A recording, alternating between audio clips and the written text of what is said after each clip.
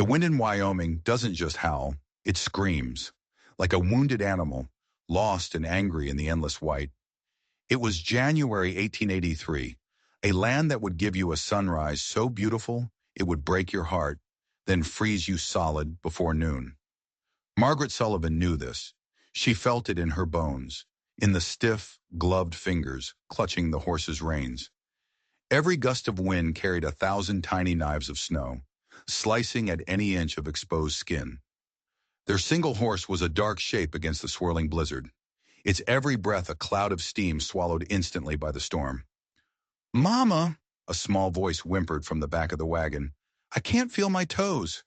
That was Sarah, 7 years old and buried under a mountain of blankets. Beside Margaret, 10-year-old William was trying his best to be the man of the family. He'd been practicing the stoic look since his father died, but the cold didn't care about stoicism. His teeth were chattering like a telegraph machine. "We should have stayed in Cheyenne," he said. It wasn't an accusation, just a fact hanging in the frozen air. "We'll be fine," Margaret said, forcing a confidence she didn't feel. "Montana isn't going anywhere." Montana. The word had become a prayer, a promise of a new start, far away from the ghosts of Virginia, away from the war that had taken her husband and shadowed her children's lives. She was a battlefield nurse. Her skills were needed somewhere new, somewhere her children could grow up without the weight of the past pressing them into the dirt. Suddenly the horse stumbled. The wagon lurched violently. "Steady," Maggie murmured, but the animal was lost to panic. The wind shrieked, a high, piercing sound, and the horse reared up, its neigh a cry of pure terror. "Hold on!" Margaret shouted, dropping the reins to grab William. The world tilted. The wagon groaned, one wheel cracking through a thin layer of ice. William's small hand, which had been gripping the seat, slipped. Maggie lunged for him. Her fingers brushed his coat, but it was too late. He tumbled over the side with a cry that ripped through the storm and straight into her heart. "William!" He was gone, vanished down a small, snow-filled ravine beside the trail.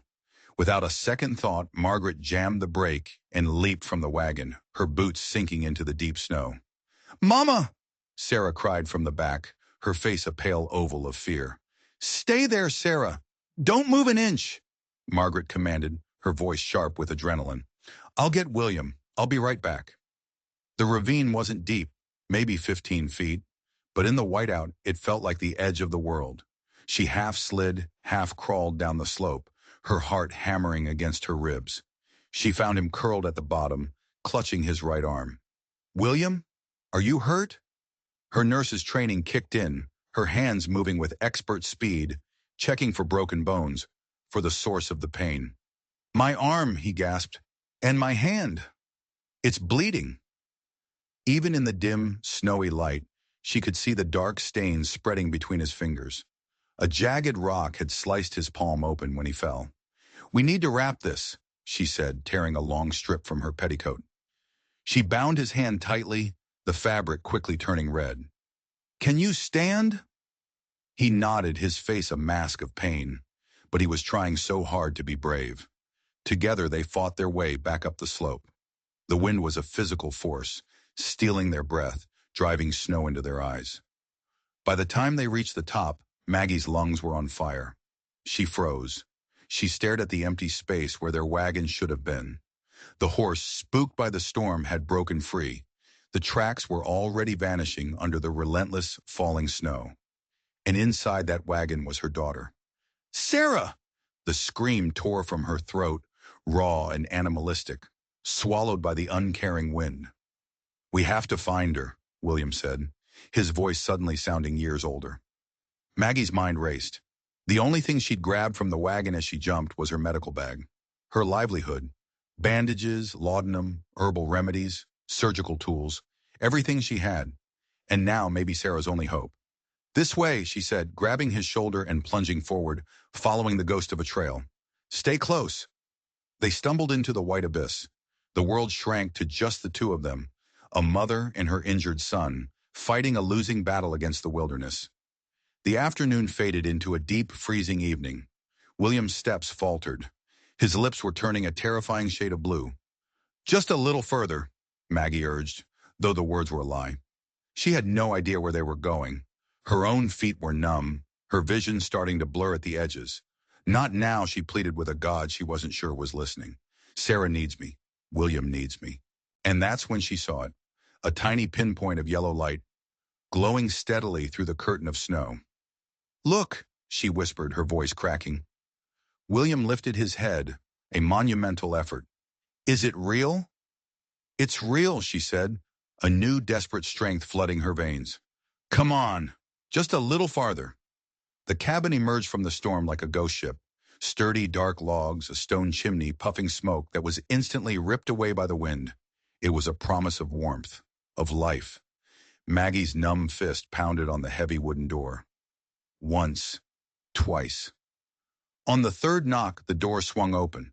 A rush of blessed heat washed over them, so intense it was painful. A man stood silhouetted against the firelight, tall and broad-shouldered. He stared at them, surprise etched on his face. Then his eyes took in their condition. The snow caked on their clothes, the bloody bandage on William's hand, the sheer desperation in Maggie's eyes. Get in, he said. His voice was deep, with the faintest hint of a southern drawl. Maggie practically fell over the threshold, pulling William with her. My daughter, she gasped, the words tumbling out between chattering teeth. Our wagon? The horse ran. She's still out there. The man's expression shifted, his brow furrowing. How old? What was she wearing? 7. Sarah. She's 7. A blue coat, a red scarf, blonde hair. Maggie swayed, the room tilting violently. The man caught her elbow, his grip strong and steady. Sit, both of you, by the fire. Now. There was an authority in his voice that bypassed all thought. She obeyed, sinking into a chair near the massive stone fireplace. He wrapped them in thick wool blankets and pressed steaming mugs into their hands.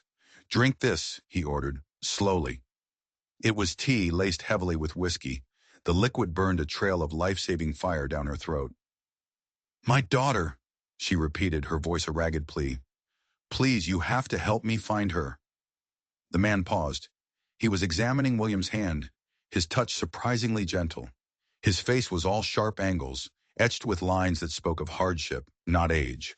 A long, thin scar ran down his left cheek, disappearing into a dark beard. His eyes, when they finally met hers, were a startling, clear blue. What's your name? He asked quietly. Margaret Sullivan. Maggie. This is my son, William. Her voice broke. Please, my daughter is alone out there. He held her gaze for a long moment, then gave a single, decisive nod. I'll need to unwrap your son's hand. The cold might have slowed the bleeding, but the wound needs to be cleaned properly. I can do it, Maggie said automatically. I was a nurse during the war. Something flickered in his eyes. Surprise, respect. Which hospital? Field hospitals, mostly. I followed the Union Army. She reached for her medical bag. I have supplies. His face was unreadable. Get that tea down and get warm. I'll tend to the boy. Before she could argue, he was speaking to William, his voice calm and matter-of-fact as he carefully unwrapped the bloody petticoat strip. William winced but didn't cry out. Clean slice, the man murmured. It'll heal well. You're being brave. Most grown men would be howling. A flicker of pride crossed William's pale face. My pa was a soldier. He was brave. The man nodded, his hands moving with practiced efficiency. Was he now? Which regiment? 18th Virginia Infantry, William replied. Then with the fierce loyalty of a child, he added, Union. The man's hands stilled for a fraction of a second. Just a heartbeat. Then he resumed his work. I see. He cleaned the wound, applied a salve that smelled of herbs, and bandaged it with a neatness Maggie recognized. This wasn't a simple frontiersman. This man had training. As warmth seeped back into her body, her mind cleared. She looked around the cabin. It was neat, organized. Shelves of books, jars of dried herbs, and several tools she recognized as surgical instruments. You're a doctor, she said. It wasn't a question. He finished tying off the bandage and looked up. I was. And now I'm just a man who lives alone in the mountains. He stood, his expression shuddered. Your son will be fine. The cut isn't deep. Thank you. she said. But my daughter? Mrs. Sullivan, he interrupted, his voice gentle but firm. No one can survive in that storm for long. Not a child. The words were a physical blow. Cold terror gripped her. Then I need to go now. That would be suicide, he finished. For both of you. I can't leave her out there. Maggie shot to her feet, the blanket falling away. I won't. Tears finally broke through William's brave facade. Mama, please don't go. The man watched them, his scarred face impassive. He let out a long, slow sigh. There's something you should know, he said quietly. Maggie froze. Earlier today, before the storm got its worst, he said, meeting her gaze directly. I found a wagon. It had overturned on the slope not far from here. He paused, letting the words sink in. There was a little girl inside, wrapped in blankets, blonde hair, red scarf. Maggie's heart stopped beating. The world went silent except for the roaring in her ears. Sarah! You found Sarah! Hope and terror battled for her soul. She's alive, he confirmed. Maggie's knees buckled. She sank back into the chair, a wave of relief so intense it made her dizzy.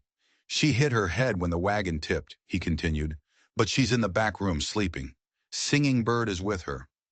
Why didn't you tell us right away? She asked when she could finally speak. His expression was impossible to read. You both needed immediate attention for hypothermia, and I needed to assess what kind of people I was letting into my home. What kind of? She began, indignant, but the words died on her lips. It didn't matter. Nothing mattered except seeing her daughter. I need to see her, now. He nodded and led her to a door at the back of the cabin. The room was small and warm. A single oil lamp cast a soft glow on a narrow bed. And there she was, Sarah, her face peaceful in sleep. A small bandage was taped to her temple. Sitting in a chair beside the bed was a Native American woman, her black hair braided with streaks of gray. Singing Bird, the man said. She helps me sometimes. The woman, Singing Bird, nodded at Maggie, her dark eyes filled with a deep, ancient wisdom. Sarah has small bump, she said, her words clear despite a thick accent. No broken bones. Sleep is good medicine now. Maggie crept to the bed, her hand trembling as she touched her daughter's cheek. It was warm. She was real. Sarah stirred but didn't wake, her breathing deep and even. She woke up earlier, the man said from the doorway. Asked for her mother and brother. I told her you were on your way. Tears streamed down Maggie's face. Thank you, she whispered. The words felt small, impossibly inadequate for the miracle he had given her. Thank you for saving her. He just shifted, uncomfortable with her gratitude. You should all rest. The storm won't let up until morning. William appeared in the doorway, his eyes wide at the sight of his sister. Safe. He crossed the room and leaned against Maggie, his small body finally sagging with relief. The man watched them for a moment, then turned to leave. I never asked your name, Maggie called after him. He paused in the doorway, his back still to her. Nathaniel Carson, he said. Most folks just call me Nate. Thank you, Mr. Carson, she said. Doctor, Singing Bird corrected from behind him. He is Dr. Carson. A shadow passed over his face. That was a long time ago, he said, and disappeared into the main room, leaving Maggie with her children, and 1,000 questions about the haunted, solitary doctor who had just saved their lives. The storm raged for another 2 days, trapping them inside the warm, safe walls of the cabin. It was a strange, suspended time. Outside, the world was a howling chaos of white. Inside, a quiet rhythm began to form. William's cough, which had started as a tickle, quickly turned into something worse. Maggie heard the wet rattle in his chest and her blood ran cold. Pneumonia, Nate said, his diagnosis confirming her worst fears. He didn't hesitate, moving to a large cabinet filled with jars of dried herbs and dark glass vials. He worked with a quiet efficiency that was mesmerizing. He wasn't just a doctor. He was something more. He combined formal medical knowledge with remedies he'd learned from Singing Bird and her people. This will taste foul, he warned William, holding a cup of dark, bitter-smelling liquid. But it will work. William, pale and feverish, drank it without complaint. He looked from Nate to his mother, his eyes wide with a question he was too scared to ask. Am I going to die? No, Nate and Maggie said in perfect unison. The sound of their combined certainty was so powerful that even Sarah, who had recovered from her head bump with the terrifying resilience of a 7-year-old, managed a small giggle. During those 2 days, Maggie watched Nate. She watched the way he cared for William, his hands gentle but firm. She watched the way he patiently answered Sarah's endless stream of questions. She saw the way his eyes would sometimes drift to the window, a look of profound loneliness crossing his face before he shuttered it away. And she saw the shadows that fell over him whenever the war was mentioned. "You were there too," she said one afternoon, as they sat by the fire while the children slept. It wasn't a question. He didn't look at her, just stared into the flames. "Finish your tea. The boy's bandage needs changing." It was a wall, and she had just run straight into it. But later that evening, as the wind howled its mournful song, he asked her a question. "Why Montana?"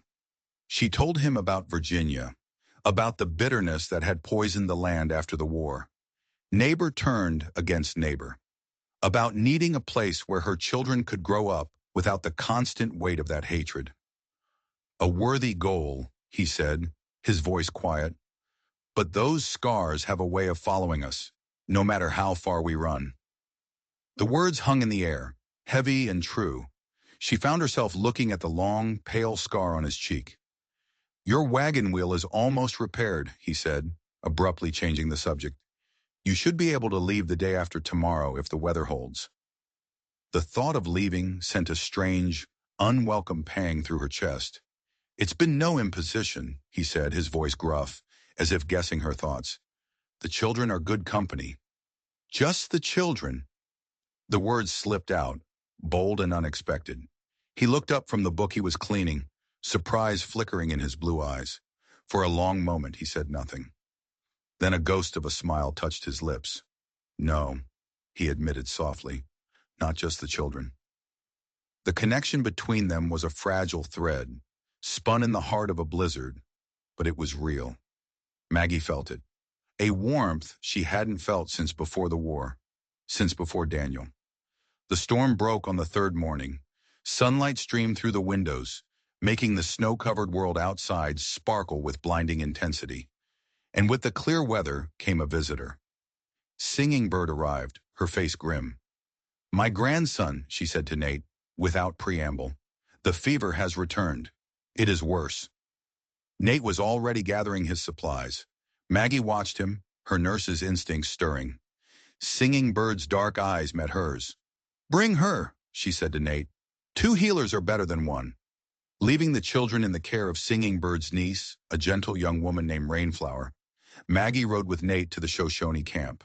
The ride was silent, the only sound the crunch of the horses' hooves in the fresh snow. The camp was a collection of hide teepees nestled in a sheltered valley. The sick boy lay on a bed of furs, his small body shivering violently. Maggie and Nate worked side by side, their movements falling into a seamless rhythm. He knew what she needed before she asked. She anticipated his every move. They were a team. Maggie recognized the symptoms instantly. "Scarlet fever," she said quietly. Nate just nodded, his eyes meeting hers in shared understanding. By late afternoon, the boy's fever had broken. He was weak, but he would live. As they rode back to the cabin, the setting sun painted the mountains in hues of rose and gold. "You're very good with children," Maggie observed. He was quiet for a long time. "I was going to specialize in pediatric medicine," he said, his voice distant. "Before the war." "What changed your mind?" she asked gently. His shoulders tensed. "Everything." The word was a door slamming shut, but a crack of light had already slipped through. Maggie was beginning to see the man behind the wall, the healer who had buried himself in the wilderness, trying to outrun ghosts she was only just beginning to comprehend. When they arrived back at the cabin, they found the children safe and happy with Rainflower. But the peace was short-lived. The next day, as Nate was showing William his collection of medicinal herbs, Sarah burst into the room. "Mama, there's someone coming! On a horse!" Nate's body went rigid. He moved to the window, and Maggie saw his face harden. "Stay inside," he ordered. It was Singing Bird again, her horse moving at a gallop. She burst through the door without knocking. "Nathan! Town men are coming! Fletcher and the others. They know you're here." Before Maggie could ask who Fletcher was, The sound of multiple horses reached them. "Get the children in the back room," Nate said, his voice dangerously calm. He reached above the fireplace and took down a long rifle. "Nate, what is happening?" "Old wounds," he said grimly. "Some men can't let the war go." And then they were there. Three rough-looking men, their faces red from the cold and whiskey, dismounted in front of the cabin. The leader, a man with a graying beard and cold, hard eyes, hammered on the door with the butt of his rifle. "Carson, we know you're in there. Come on out, you damn rebel." Maggie's blood ran cold. Rebel. The word echoed in the small cabin. She looked at Nate, who was now standing by the door, rifle held loosely at his side. He didn't look at her. He couldn't. He was a Confederate. And in that moment, the fragile thread of connection between them felt like it was about to snap. Her husband had died in a Union uniform, her children's father, and she had just started to open her heart to a man who had fought for the other side. The door splintered under another blow. Nate looked at Maggie then, his blue eyes filled with a deep, weary resignation. "Now you understand," he said quietly, "why I live alone." But before he could open the door, Maggie stepped in front of him. "No," she said, her voice shaking but firm. "They will not take this from us." She turned and flung the door open herself, stepping out into the cold, bright sunlight to face the men alone. "What is the meaning of this?" she demanded, her voice ringing with an authority forged in the chaos of battlefield hospitals. The three men stared at her, momentarily stunned. The leader, Fletcher, recovered first. "Ma'am, this ain't your business. Step aside. We're here for the Confederate doctor." "This man took in my children and me during the blizzard," she said, her voice as cold as the wind. "He saved my son's life. He is a doctor, and that is all that should matter." "He's a rebel," spat one of the younger men, his face twisted with hate. "My brother died in a Confederate field hospital. Men like him let good Union boys die while they saved their own." Maggie felt a pang of sympathy for the young man's loss, but her resolve didn't waver. "I am a Union widow," she declared, and the men flinched as if struck. "My husband died at Gettysburg, and I am telling you, the war is over. You have no right to come to this man's home and threaten him." Fletcher hesitated, clearly thrown by this unexpected defense. But the younger man, Thomas, wouldn't be swayed. "You don't know what he is," he sneered. "Ask him about Libby Prison. Ask him how many Union boys died on his watch there." The name hit Maggie like a physical blow. Libby Prison, a place of infamous horror and suffering for Union prisoners. She turned to look at Nate, who had come to stand in the doorway behind her. His face was a pale, tight mask. The silence was his confession. He had been there. Fletcher saw his victory. "See, ma'am, he's no hero." He raised his rifle. "Now, Carson, come with us. We're going to see that justice is finally done." But as they moved forward, a new sound cut through the tense air. The sharp, piercing cry of a Shoshone war horn. From the trees surrounding the cabin, warriors emerged, silent as ghosts appearing from nowhere, armed with bows and rifles. Singing Bird was among them, her face a mask of cold fury. Fletcher and his men froze, hopelessly outnumbered. "This is Shoshone land," Singing Bird said, her voice carrying across the snow. "This man, this healer, is under our protection. Leave, now." Fletcher stared at the ring of warriors, then at Nate, then back at Maggie. He spat on the ground. "This ain't over, Carson." He and his men mounted their horses and galloped away, leaving a ringing silence behind them. Maggie's knees felt weak. She turned to Nate, her mind reeling. Libby Prison, Confederate, healer, protector of her children. The contradictions were tearing her apart. "I should have told you," he said, his voice rough with emotion. "Yes," she whispered, "you should have." He looked at the Shoshone warriors who were now melting back into the trees, at Singing Bird, at Maggie and her children huddled in the doorway. He looked at the life he had tried to build, and the past that refused to let him go. That evening, after Singing Bird and her warriors had departed, leaving two men to stand watch, the silence in the cabin was heavy. William, who had heard everything, refused to look at Nate. He sat in a corner, whittling a piece of wood with the small knife his father had given him, his face a miniature mask of his father's stubborn pride. Nate finally broke the silence. He walked over to a heavy wooden chest in the corner, one Maggie had barely noticed before. He knelt and lifted the lid. With slow, deliberate movements, he took out a folded uniform. Confederate gray, faded and worn, but unmistakable. He laid it on the floor between them. "I served as a surgeon with the Army of Northern Virginia," he said, his voice devoid of emotion. "I did my duty as I saw it." Maggie stared at the uniform, the symbol of everything that had taken her husband from her. The anger and grief she had buried for years rose up like a bitter tide. But then Nate reached back into the chest, and he pulled out something else. A small, carefully folded piece of fabric. It was dark blue. Union blue. Maggie's breath caught in her throat. Before she could ask, William spoke from his corner, his voice small but clear. "Mama, that's from Pa's uniform." Maggie stared at her son, then back at the scrap of blue cloth in Nate's hand. It couldn't be. How could it possibly be? William walked over, his eyes fixed on the fabric. "I saw it. When they knocked over the chest, there was a piece of paper with it. I saw Pa's name. Daniel Sullivan." The world seemed to spin. Maggie looked at Nate, her mind struggling to connect the pieces. A Confederate surgeon, a piece of her Union husband's uniform, a name on a piece of paper. It made no sense. "Explain," she said, her voice a bare whisper. Nate's face was etched with a pain so deep it seemed ancient. He unfolded the yellowed piece of paper that had been tucked inside the cloth. "Your husband didn't die at Gettysburg," he said quietly. Maggie felt the floor drop out from under her. "What? Of course he did. He died of an infection, 2 weeks after the battle."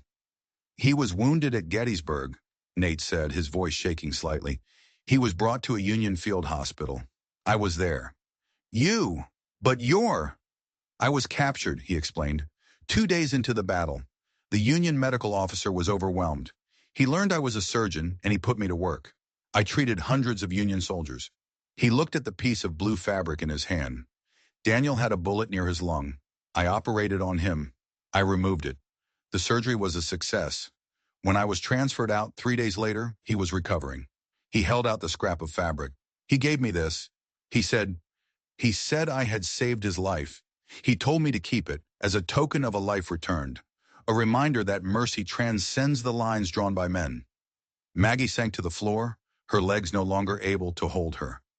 The story she had told herself for years, the bedrock of her grief, was fracturing.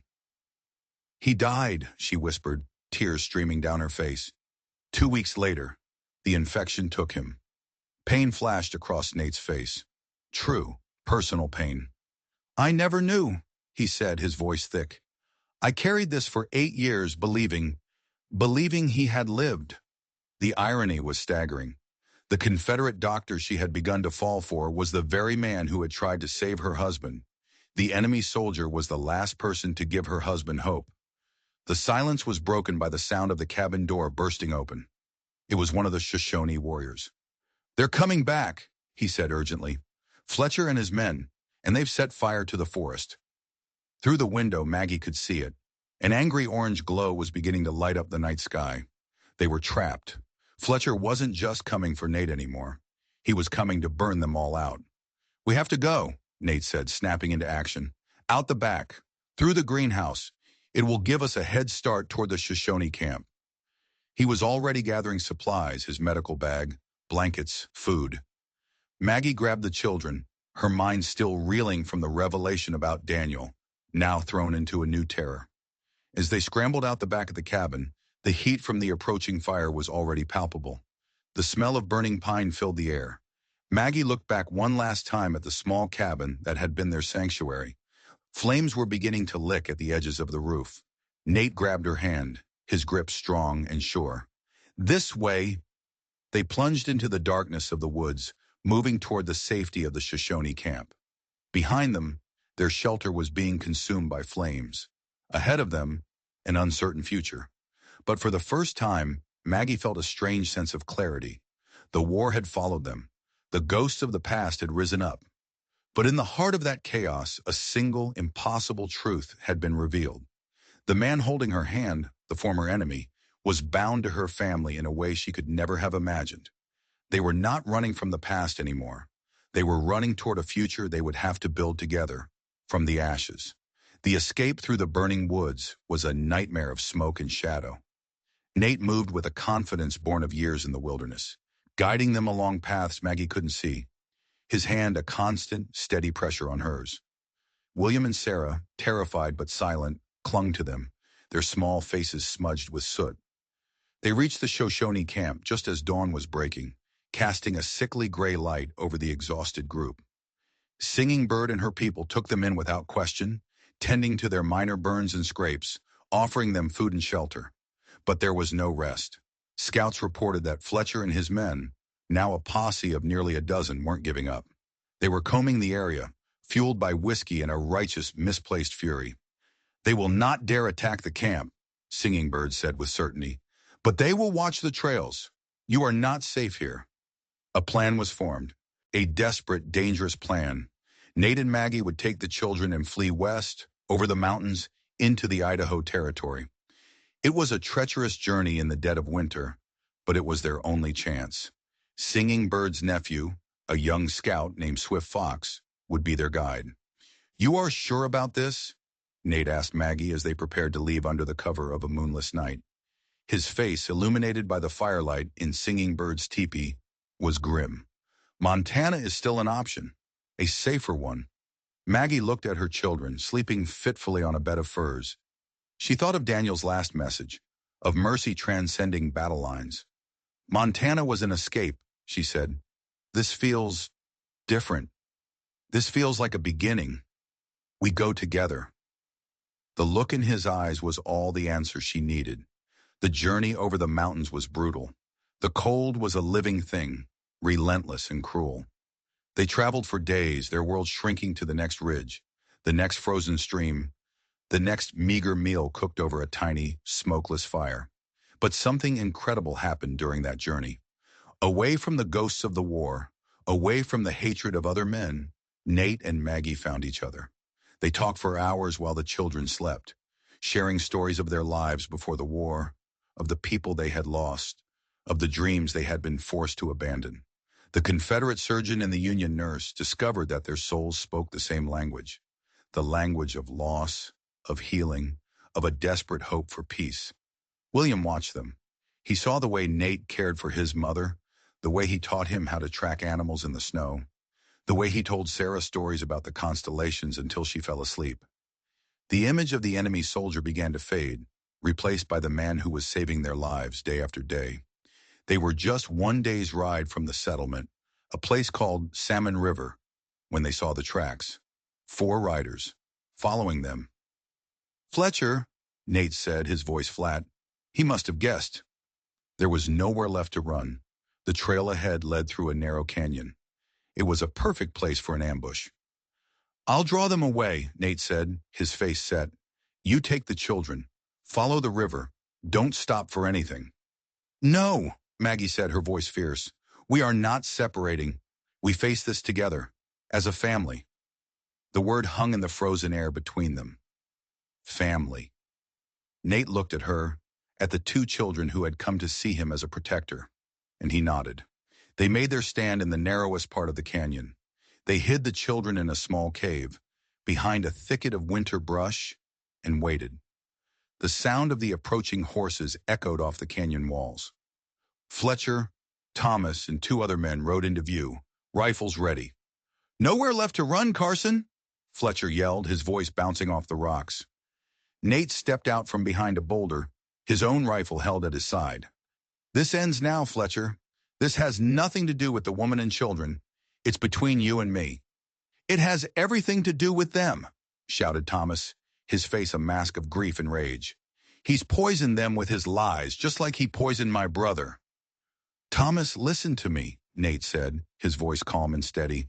"I told you the truth about your brother. I did everything I could." But Thomas wasn't listening. He raised his rifle, and from the small cave, a child's voice cried out, "No, don't hurt him." William stepped out from behind the brush, his small body trembling, but his face resolute. He stood between Nate and the men. "He's not a bad man," William said, his voice clear and strong. "He was a doctor. He helped people. He..." He tried to save my pa. Fletcher and his men stared, confused. What is the boy talking about? My husband was Daniel Sullivan, Maggie said, stepping out to stand beside her son. Dr. Carson was the surgeon who operated on him at Gettysburg. He tried to save him. The revelation stunned the men into silence. A Confederate surgeon who had tried to save a Union soldier? It didn't fit their narrative of good versus evil. Thomas lowered his rifle, his face a mess of confusion. But Libby Prison. I was there, Nate said, his voice filled with a pain that was palpable. And I will carry the ghosts of the men who died there for the rest of my life. But I never, ever chose one life over another because of the color of a uniform. We were all just men, trying to survive a hell that none of us should have been in. He took a step forward, his hands empty. The war's over, Thomas. It's been over for 8 years. Let it be over in your heart, too. Thomas looked at Nate. He looked at Maggie and her son, standing together, a strange and impossible family forged in the crucible of his hatred. He looked down at his own hands at the rifle that suddenly felt so heavy. Slowly, he lowered it completely. Fletcher watched, his face dark with anger. This wasn't the justice he'd envisioned. What are you doing, boy? Thomas looked at his former companion. He's right, he said, his voice barely a whisper. It's over. He turned his horse and rode away, back the way he had come. The other 2 men, seeing their leader's resolve crumble, exchanged a look and followed him, leaving Fletcher alone. Fletcher stared at Nate, his eyes filled with a baffled fury. He had lost. The hatred that had fueled him for so long had been defeated, not by a bullet, but by a truth he couldn't comprehend. Without another word, he turned and galloped after his men. Silence descended on the canyon. Maggie rushed forward, wrapping her arms around Nate, burying her face in his chest. William and Sarah ran to them, and the 4 of them stood there, holding on to each other as the sun began to set, painting the canyon walls in strokes of gold and crimson. They had made it. They had faced the ghosts of the past, and they had won. The next day, they rode into the small settlement of Salmon River. It wasn't much, just a handful of rough-hewn buildings huddled by the water. But to them, it was the most beautiful place on earth. It was a blank page, a new beginning. They found a community that didn't care about blue or gray. They cared about a doctor who could set a child's broken arm and a nurse who could soothe a feverish baby. They found a home. Nate and Maggie were married by a traveling preacher a few months later, on a hill overlooking the river. William stood beside Nate, and Sarah was Maggie's flower girl. Singing Bird and Swift Fox came all the way from Wyoming to be there, their presence a bridge between the world they had left and the one they were building. Nate never completely lost the haunted look in his eyes, and Maggie never forgot the husband she had lost. But together, they built a new life, a family born not from shared blood, but from shared survival, and a shared belief in a simple, powerful truth. That even after the most brutal of wars, even in the harshest of lands, the most powerful medicine of all is mercy, and the only thing strong enough to heal a broken world is a love that dares to cross enemy lines. If you were on the edge of your seat through this incredible story of survival and forgiveness, make sure you hit that subscribe button and turn on notifications. You won't want to miss the next one.